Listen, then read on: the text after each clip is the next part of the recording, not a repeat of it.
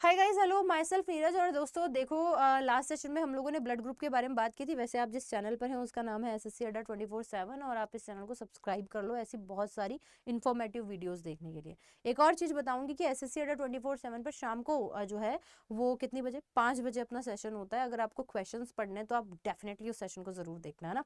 चलो शुरू करते हैं। तो लास्ट सेशन में हमने बात की थी कि कॉल लैंडस्टीनर ने जो है वो बेसिकली ब्लड के बारे में बताया। उन्होंने बताया, एक सेकेंड ना, ठीक है। तो उन्होंने बताया कि ब्लड के बारे में कि ब्लड के अंदर जो है वो एंटीजन भी होते हैं और एंटीबॉडी भी होती है। अब ब्लड के अंदर अगर एंटीजन और एंटीबॉडी दोनों है तो ब्लड के अंदर, मैंने ये लास्ट सेशन में बढ़ा दिया था कि अगर ए ब्लड ग्रुप है तो उसके अंदर ए एंटीजन होगा और बी एंटीबॉडी होगी, है ना। अगर बी ब्लड ग्रुप है, ये मैं पढ़ा चुकी हूँ, तो जिसने पुराना सेशन नहीं देखा है ना वो प्लीज पुराना सेशन देख लेना, है ना।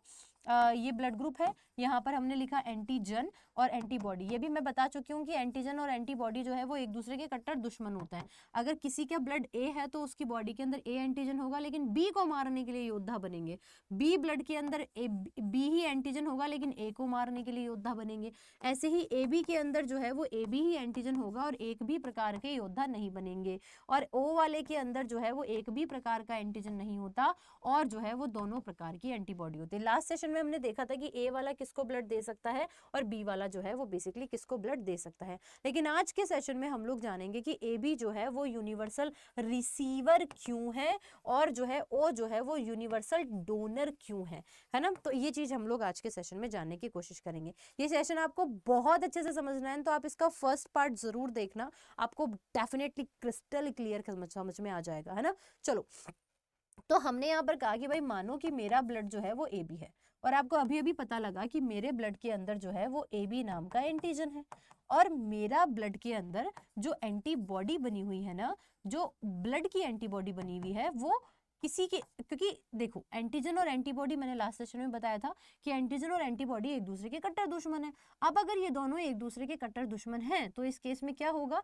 इस केस में ये होगा कि ये वाला जो एंटीबॉडीजन है ये तो दोनों प्रकार की एंटीबॉडी रख रहा है, एंटीजन रख रहा है। तो एंटीबॉडी कहेगी भाई तुम ही रख लो, मैं तो नहीं रखूंगी, क्योंकि अगर इसने इस ब्लड ने अगर ए भी एंटीबॉडी रख ली तब भी अपने वाले को ही मार सकती है और इसने बी एंटीबॉडी रख ली तब भी अपने वाले को ही मार सकती है।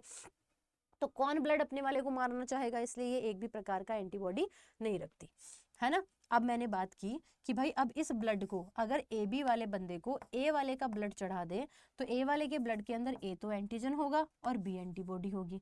क्योंकि ए बी वाले की बॉडी के अंदर एक भी प्रकार का योद्धा ही नहीं है, तो फिर तो भले ए वाला आएगा तो कोई दिक्कत नहीं होगी। तो ए बी वाला ब्लड ग्रुप जो है वो ए से भी ब्लड ले सकता है। अब बी वाला ब्लड चढ़ाया तो बी वाले के अंदर जो है वो बेसिकली बी तो एंटीजन होगा और ए एंटीबॉडी होगी। तो चूंकि एक भी एंटीबॉडी इस वाले में नहीं है, इस वाले में एक भी एंटीबॉडी नहीं है, तो बी वाला भी आ जाएगा तब भी कोई दिक्कत नहीं है, तो इसको बी वाले का भी ब्लड चढ़ाया जा सकता है।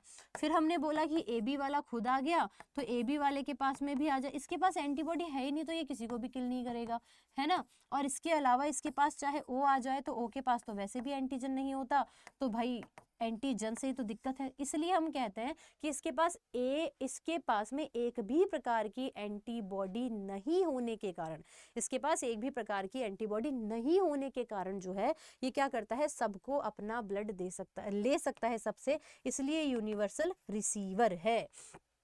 तो ये वाली बात मैं आपको यहाँ पर समझाना चाह रही थी, इसके पास एक भी प्रकार की एंटीबॉडी नहीं होने के कारण ये सबसे ब्लड अपना ले सकता है। लेकिन अब बात करते हैं कि आपका जो आपका क्या बोलते हैं, ये है ओ ब्लड ग्रुप है ना, वो क्या करता है फिर। तो एंटीजन यहाँ पे लिखा और ये मैंने ब्लड ग्रुप लिख लिया। तो हमने कहा कि भाई ओ प्रकार का ब्लड ग्रुप है तो उसके पास एक भी प्रकार की जो है वो क्या नहीं है, एंटीजन तो नहीं है, लेकिन इसके पास में एंटीबॉडी जो है वो दोनों प्रकार की है। अब इस ओ को अगर ए का ब्लड चढ़ा दिया तब भी दिक्कत, क्योंकि ए से मार देगा। अगर इसको बी का ब्लड चढ़ा दिया तब भी दिक्कत, इसको ए बी का ब्लड चढ़ा दिया तब भी दिक्कत, है ना। और इसको खुद के वाला चढ़ाएंगे तो दिक्कत नहीं होगी, क्योंकि इस ओ वाले के पास में तो होता ही नहीं है कोई एंटीजन, तो ये सिर्फ और सिर्फ खुद से ले सकता है ना। लेकिन ये दे सबको देता है, ये किसी से नहीं लेगा, ये सिर्फ खुद से लेगा, लेकिन ये सबको दे कैसे सकता है, समझ में? ये सिर्फ खुद का ब्लड ले सकता है क्योंकि इसके पास सारे प्रकार की एंटीबॉडी होती है, AB प्रकार की एंटीबॉडी होती है। अब ये दूसरों को कैसे दे सकता है? क्योंकि देखो, अगर ये A वाले के ब्लड में गया तो A वाले के ब्लड में A नाम की, मान लो कि जिसके पास A एंटीबॉडी है ना, तो अगर ये उसके ब्लड में गया तो इसके पास एक भी एंटीजन नहीं है। एंटीजन नहीं है तो ये A वाली एंटीबॉडी के लिए भी कोई हानिकारक नहीं है, ये B वाली की एंटीबॉडी के लिए भी कोई हानिकारक नहीं है, ये AB वाली एंटीबॉडी के लिए भी हानिकारक नहीं, क्योंकि इसके पास एंटीजन है ही नहीं।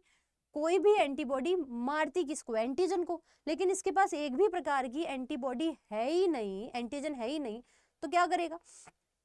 कोई टेंशन ही नहीं है अपने पास में। तो इसलिए हम कहते हैं, और ये O वाले के पास भी आराम से जा ही सकता है ना।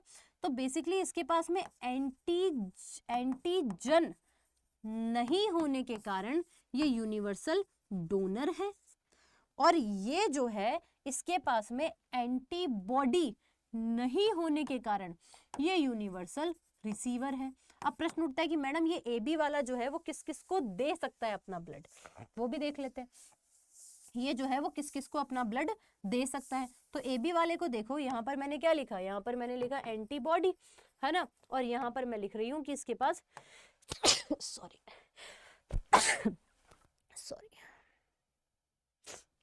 तो इसके पास एक भी प्रकार की क्या नहीं है? एंटीबॉडी तो है नहीं। तो अब सोचो कि AB वाले का ब्लड अगर A वाले के पास गया, मानो कि A ब्लड ग्रुप है, इसके पास में A नाम का तो जो है वो एंटीजन होगा और B नाम की एंटीबॉडी होगी। अब इसने कहा कि भैया AB हमको ब्लड चाहिए, तो चूंकि जब हमने इस A वाले के ब्लड के अंदर AB का ब्लड चढ़ाया तो B के अंदर B नाम की एंटीबॉडी है, ये जैसे ही B को देखेगा किल कर देगा। तो AB वाला A को तो नहीं दे सकता, ले तो सकता है क्योंकि एंटीबॉडी नहीं थी, लेकिन दे इसलिए नहीं सकता क्योंकि इसके पास में सभी प्रकार का एंटीजन है। अब ये A वाली एंटीबॉडी को अपना ब्लड दे सकता है क्या? नहीं दे सकता, क्योंकि मैडम A को देख के ये इसको किल कर देगा। AB वाले को, AB वाले के अंदर एक भी एंटीबॉडी नहीं होने के कारण कोई दिक्कत नहीं होगी। तो ये ले तो जो है ये दे तो सिर्फ और सिर्फ AB को सकता है, लेकिन ये ले जो है वो सबसे सकता है। ले इसलिए सकता है क्योंकि एंटीबॉडी नहीं है, और दे इसलिए नहीं सकता क्योंकि एंटीजन जो है वो इसके पास दोनों प्रकार का है। उम्मीद करती हूँ कि आपको ये सेशन अच्छा लगा होगा और समझ आया होगा, और अगर ज़्यादा ही टेंशन में आ रहे हो एक बार वापस देख लेना, फर्स्ट सेशन को ज़रूर देखना, है ना।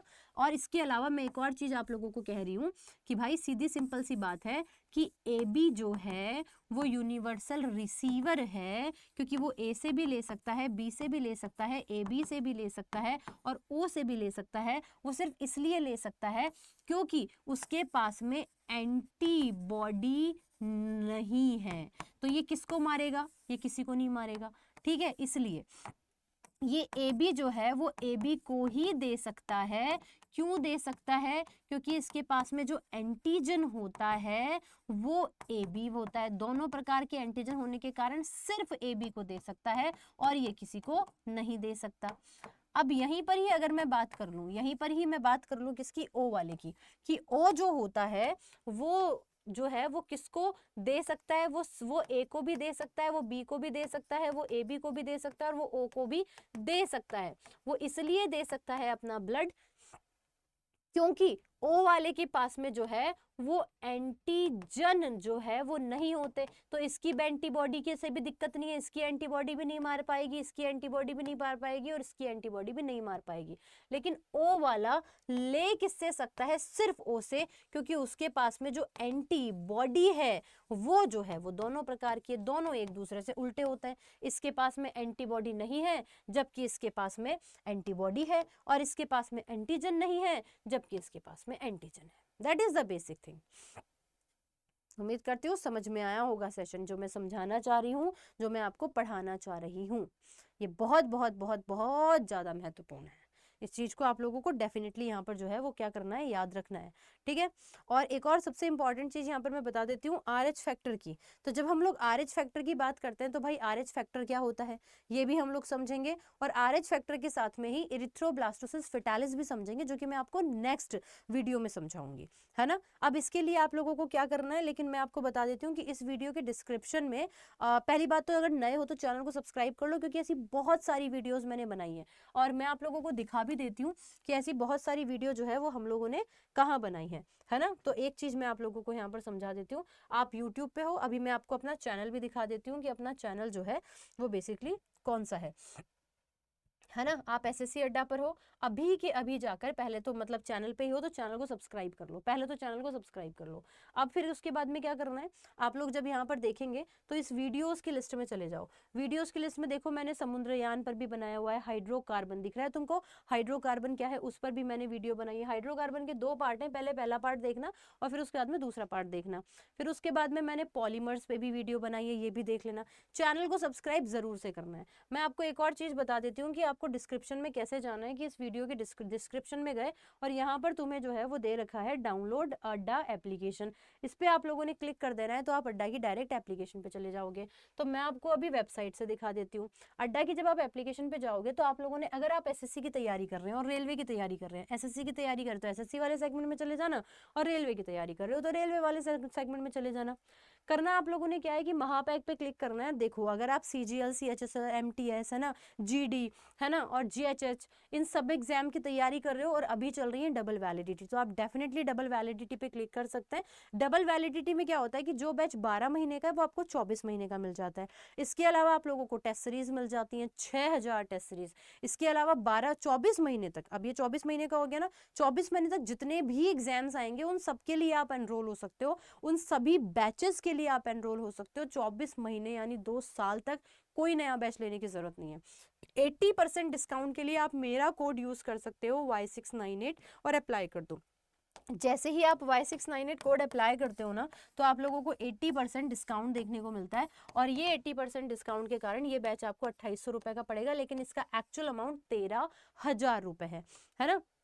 तो that is the all things. ऐसे ही आप रेलवे के लिए भी देख सकते हैं, और रेलवे के लिए आप लोगों ने क्या करना है, आपने रेलवे पे जाना है। अब मैं देखो आपके पास में RPF के लिए, ALPA के लिए, टेक्नीशियन के लिए मैं पर्सनली कहती हूँ अभी वैलिडिटी जब चली रही है तो महापैक लीजिए। इसमें आपको टेस्ट सीरीज, ई बुक्स, आपको टेस्ट, आपको recorded classes, live classes, doubt session सब मिल जाते हैं। और अगर रेलवे की तैयारी कर रहे हो तो भी आपने सेम ही कोड लगाना है, Y698 अप्लाई कर देना है। ये बैच जो है 80% डिस्काउंट के साथ में, देखो महापैक है और फिर भी मात्र 1300 रुपये का पड़ेगा 80% डिस्काउंट के साथ में, है ना। तो ये आपको यहाँ पर ध्यान रखना है, और चैनल को सब्सक्राइब जरूर करना, और जो है डिस्क्रिप्शन में जाकर लिंक पे क्लिक करके एप्लीकेशन जरूर से डाउनलोड कर लेना। Thank you so much. अगला जो हमारा सेशन होगा वो RH फैक्टर और इरिथ्रोब्लास्टोसिस फेटालिस के लिए होगा। Thank you.